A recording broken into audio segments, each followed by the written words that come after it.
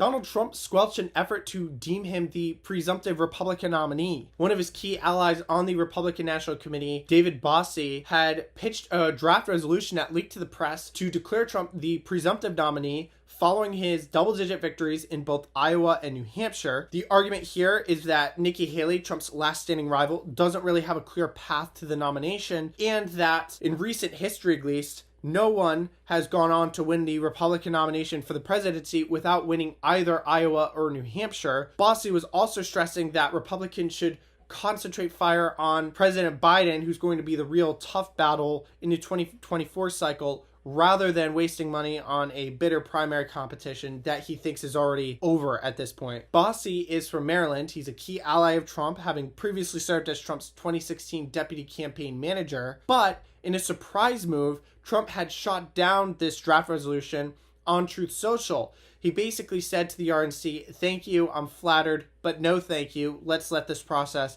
play out." It's not clear whether or not the RNC would have actually voted to enact this resolution. The RNC is set to hold its annual winter meeting in Las Vegas next week, where it likely would have considered this. Typically, to win the presidency, Republicans need to have someone get 1,215 delegates to win the nomination. Trump already right now is believed to be at 32 based on projections in New Hampshire, as well as the final results in Iowa.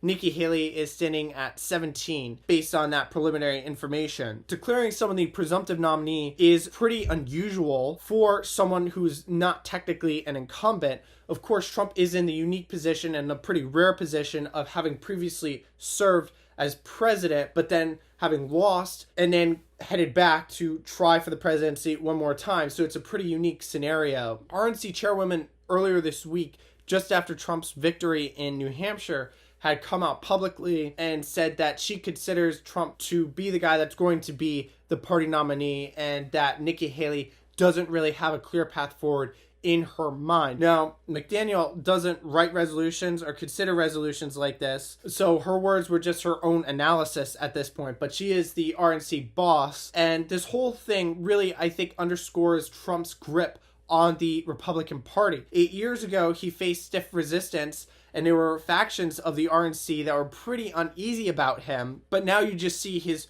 total dominance, and it looks like a lot of the top brass is really in sync with him, even though there are some voices that have some complaints and some wariness about him. A lot of the top Republicans are really keen on showing loyalty to him. Trump places a high value on loyalty. This week, for example, he drew a line in the sand and basically suggested that anyone who donates to Nikki Haley's campaign will be permanently barred from MAGA world.